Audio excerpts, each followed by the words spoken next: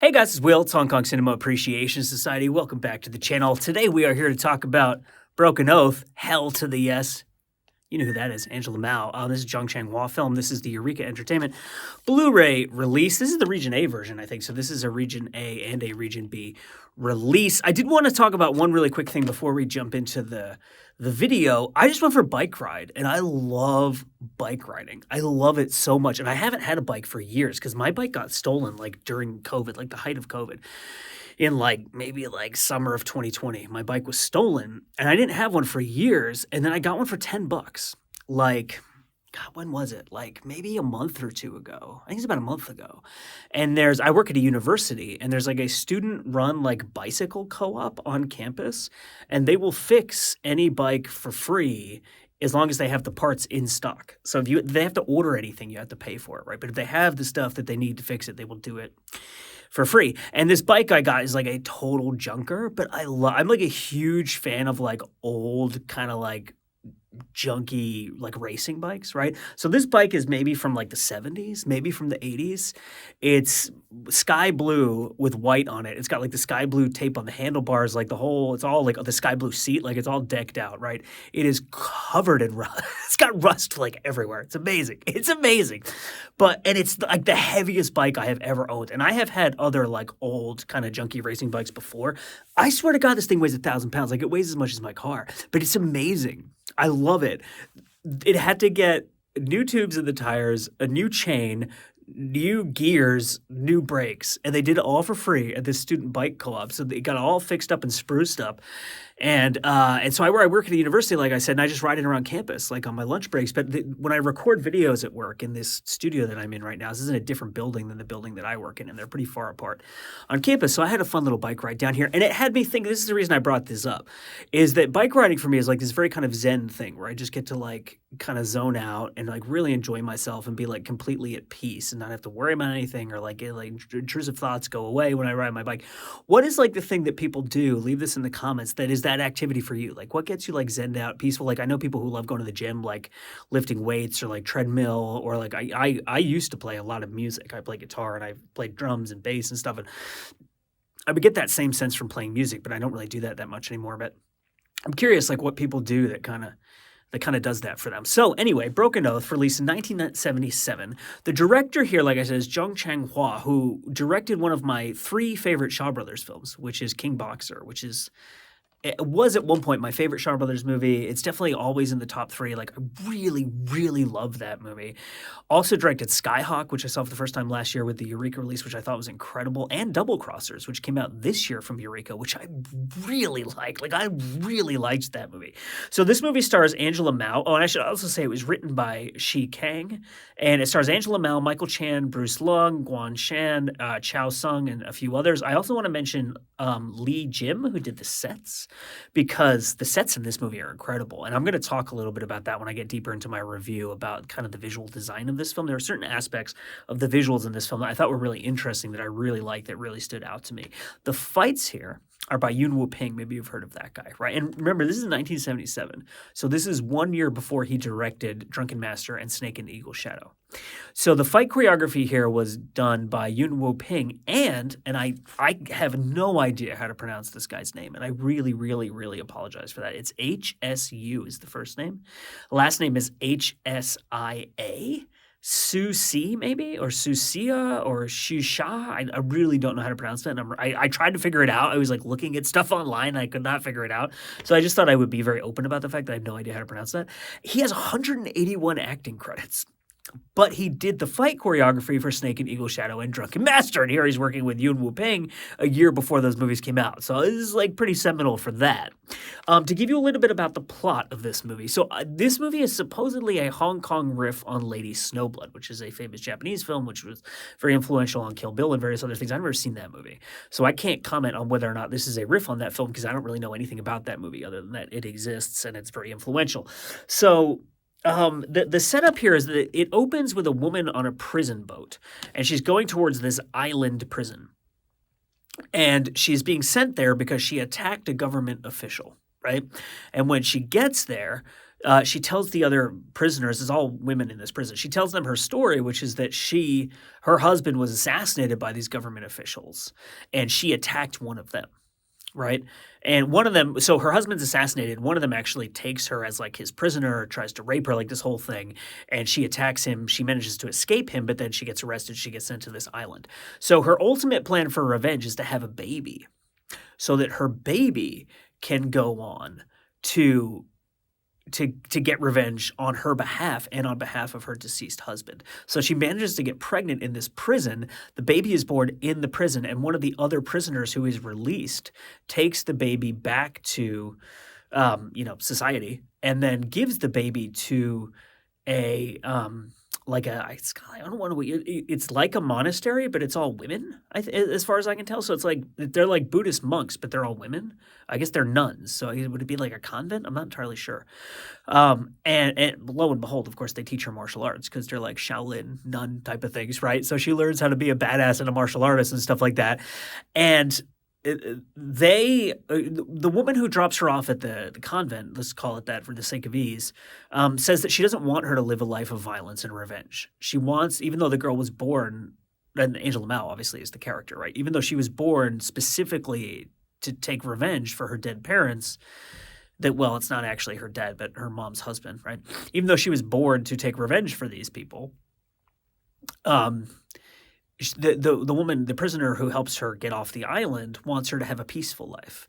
But the nuns realize she has this murderous rage in her, right? That it's just it can't be gotten rid of. It needs to be satisfied. So they make her leave. They're like, you got to go and follow your own path because this is not the place for you right now in your life. And that path is a path of revenge. So it's a revenge movie. So you get all the bells and whistles here from Eureka. I really like this cover art here, and it is the slipcase version. And then you pop that out, and this, hell yes, I love this artwork. This is amazing. It's so dynamic, right? With the like pointing right at you and creating this like awesome line right in the middle of it and stuff like that. And there's like the full kind of view of the back there, and you pop it open, and you get the disc and the booklet. And then there's an image here. You can see that. That's like the kind of the convent, temple, whatever you want to call it, location there. And then you have the booklet, and you have From Whirlwind to Lotus, Angela Mao and Broken Oath by Gina Marchetti. And then you have Sympathy for Lady Whirlwind, Broken Oath, and Lady Snowblood by Leon Hunt. And as you can see, it's like kind of your standard.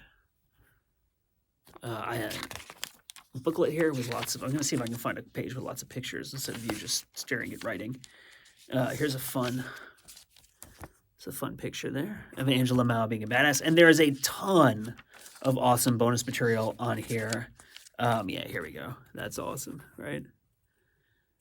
There's two versions of the movie on here. So there's the extended version, which is 5 minutes longer. It's like 102 minutes, I think. So it's an hour and 42 minutes. And it's 5 minutes longer than the Hong Kong version. There's some nudity in this movie. I watched the extended version, so I don't actually know the differences between the two. But my assumption is the nudity at least was cut out, because I know that like for the ratings and stuff in Hong Kong, they would often take out more explicit sexual content unless they're trying to make like a tantalizing film. So it has the Mandarin audio with the original mono, and then it has an optional English dub, which is only on the theatrical version of the film. There's English subtitles, which are newly translated for this release. You get a brand new audio commentary with East Asian film for expert Frank Zheng, Hell to the S, of the New York Asian Film Festival, as it says here, but we all know who Frank Zheng is if we're watching this channel. That is on the Hong Kong theatrical version, and then on the extended version, there's a commentary from Mike and Arna. So you get the All-Stars. And then Broken Oath, An Appreciation by Andrew Heskins. Female Revenge, Scorpion versus Katana. Patrick Macias talks Broken Oath and Lady Snowblood. So, actually, and that's something that I should mention. Her preferred method of assassinating people is, or whatever you want to call it, killing them, is throwing scorpions on them. And then the scorpions sting them. And they're scorpions that she raises herself, so she's like the only person who has the antidote. So if she wants, she can administer the antidote, but there's no other way to be cured from these scorpion bites. So it's like it's pretty badass. So what are my thoughts on this movie? It's not a complicated movie to review because it's just a really fucking fun, old school martial arts film. It's a really solid revenge movie. There's really solid writing in this movie. It looks great. There is, and like I said, I'm going to get into a couple of details on things that I really liked about the look of this film. But there's no part of this movie where you're like, oh, that's bad, or like that was a shitty decision, or like we've stepped outside of. I'm going to do a section at the end of the review, also, I should say, where I'm going to do a spoiler, and I'm going to talk about one thing about the writing that I thought was an interesting choice that I would have done very differently as a writer, as like I'm going to put on my screenwriting hat and just like analyze one of the aspects of this film. But there's no major slip up in this film. It's not one of these movies where like part of it is awesome and then you're like, why are we over here now doing this? Like it's just a really well made, very solid, very focused revenge film. It doesn't have the narrative complexity of the other three Chang-hwa films I've seen, which is what I really, really love about his style, although he's just very, very good with narrative. So if you look at a film like Double Crossers, like The Skyhawk, like King Boxer, he does this thing where he has Chang-hwa as the director and in some cases the co-screenwriter too, or like he'll often be involved in the story, if not writing the actual script. There are a lot of characters in those films, and in a way they almost feel like plays, in that you do have a protagonist, but it's not a cinematic style of telling a story where there is one protagonist and you are on their journey and everyone else is just there to support them, right? In his films, all of the characters have agency and they're pushing the plot in all these different directions, and there's all this kind of unexpected movement, and there was in the Double Crossers, for instance, there was this one sequence where like 7 characters were pushing the story in different directions, like all in the course of like 5 or 10 minutes, and it was bananas, right? It almost reminded me of Guy Ritchie, which I said in my review of that film, like in Snatch, right, where you have these sequences where like all of the plot lines come together. Like if you've seen Snatch, there's that scene where they kidnap Boris the Blade, and then the guy throws the milk out the window, and there's like a car crash, and all these plot lines are like coming together, and all these people are pushing the movie in these different directions. This movie is much more of like Angela Mao is the protagonist. She has a mission. She is going on that mission. Other people are there to support her, but it is her movie, and she is the protagonist. But that being said, it's a very well-handled film. There are really good complications in this movie.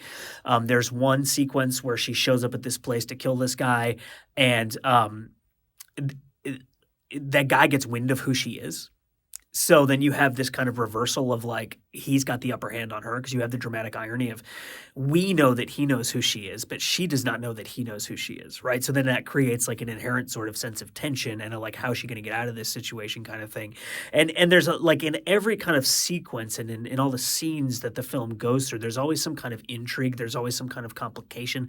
There's a lot of fights in this movie. There's a lot of violence, and it's very satisfying fight. I mean, obviously the people who did the fight choreography, like how could it not be? Right. But I love, like, one of the most satisfying things to me in the world is a martial arts movie where a lot of shit gets broken.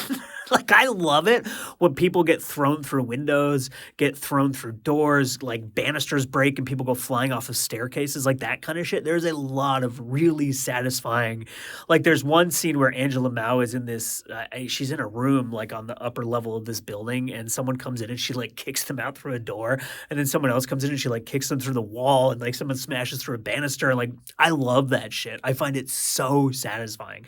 And this is really just like a really fun, entertaining film if you are a fan of these movies. Now, the visual thing that I wanted to briefly talk about, this movie has amazing sets.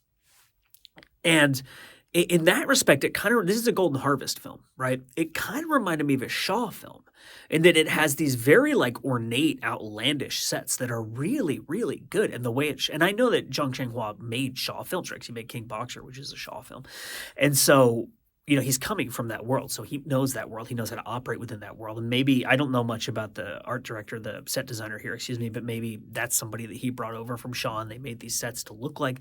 But there's also some really cool location footage. Like the temple is amazing. The island where the prison is amazing. But the sets, the prison is a set.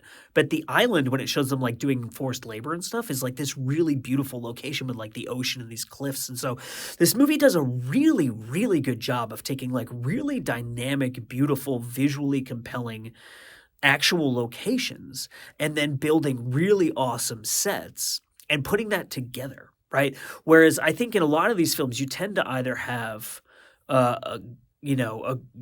with a lot of like the independent martial arts films or like some of the Shaw stuff, some of the Taiwanese stuff, you're looking more at like a more grounded reality where you don't have these ornate, crazy sets with like secret layers and like weird hideouts and stuff like that, right? It's really kind of more of like grounded in the real world. And when you do have sets, they're more kind of like gritty and real, and they film on location and stuff like that. And then with the Shaw stuff, it's this kind of outlandish, over the top, like hyper world, right? And this kind of takes from both of those things and blends them together really, really well. And I really liked that aspect of this film. I found it really satisfying and really interesting. Like I said, good complications in the scenes, just like scene to scene. Like you never get bored. You're never like, you know, like I know what's going to happen. Can we just get to the point? Like I never felt that feeling while watching this movie. The fights are really satisfying. So I'm going to do the spoiler section now. So if you haven't seen this movie and you don't want me to spoil it for you, you can turn. Oh, it's also, just by the way, the fact that she throws scorpions around. That's like pretty fucking awesome, right? That's very Shaw, though, right? To have this like weird, outlandish weapon that's like her trademark, that she's throwing these scorpions at people. Anyway, I'm going to do a little spoiler section here. So if you haven't seen this movie and you don't want me to spoil it, you should go away now. So, spoiler section. As I said earlier in the review, when I was doing the plot synopsis, her mom. And this is something that's interesting about this movie, right? She's getting revenge on behalf of her dad, but the guy's not actually her dad, right? Because the mom was not pregnant when she went to the prison. She fucked everyone in the prison to try to get pregnant so that she could have a baby to go and get revenge. So we'll call him the dad, even though he's not biologically her father. When the dad is killed, the mom is captured by one of the guys. And the guy takes her to, I think it's like a hotel or a whorehouse or whatever. And he tries to have sex with her, and she stabs him in the eye. And he starts like bleeding everywhere and shit like that. And then she tries to run away, and these guards or police officers or something, they come, and she tells them what's going on. And they're like, at first they're going to arrest the guy. They're like, who are you? What are you doing here? Like, why have you taken this woman? And then he's like, oh, I'm actually this like high-ranking government official who's involved with these like corrupt, very high-level people. So they're like, oh, they kind of turn. The woman gets arrested. She gets sent off to jail, right? And this is that guy right here. So one of the things I love about this movie is that because he's gotten stabbed in the eye, instead of wearing an eye patch, he wears a fucking gold coin on his face with like a rope around it like a pirate, but it's not an eye patch, it's a coin. So that guy, to me, if I'm writing this movie, right, and this is where I'm going to get into screenwriting mechanics and stuff, that guy is my main villain. Because he tried to rape the mom, he kidnapped the mom, he abused the mom stabbed him but failed to successfully kill him and get away. So the whole reason the mom is in jail, the whole reason she has the baby and everything like that is because of that guy, right? That's my villain.